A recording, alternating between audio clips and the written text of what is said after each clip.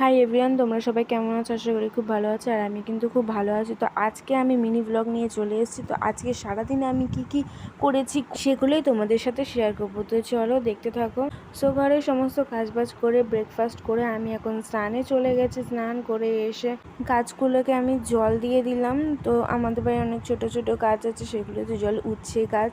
তো দেখো ছোট ছোট দুটো উচ্ছেও ধরেছে, পেকে গেছে, আমারই মতো পেকে গেছে। তো ফুল তুলে নিলাম পুজো করব বলে। তো এটা হচ্ছে আমার ভোলে বাবা তুলসী মন্দির।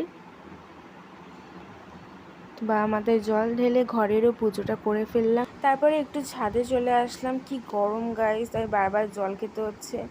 আর একটু পায়রার কাছেও চলে আসলাম। আমাদের বাড়ি অনেক পায়রা আছে, তার মধ্যে ডিমও দিয়েছে। তারপরে আবার নিচে এসে একটু পড়ে ফেললাম। তারপর দেখলাম বাবা একটু টাকা দিল, 40 টাকা, কি মজা। তারপর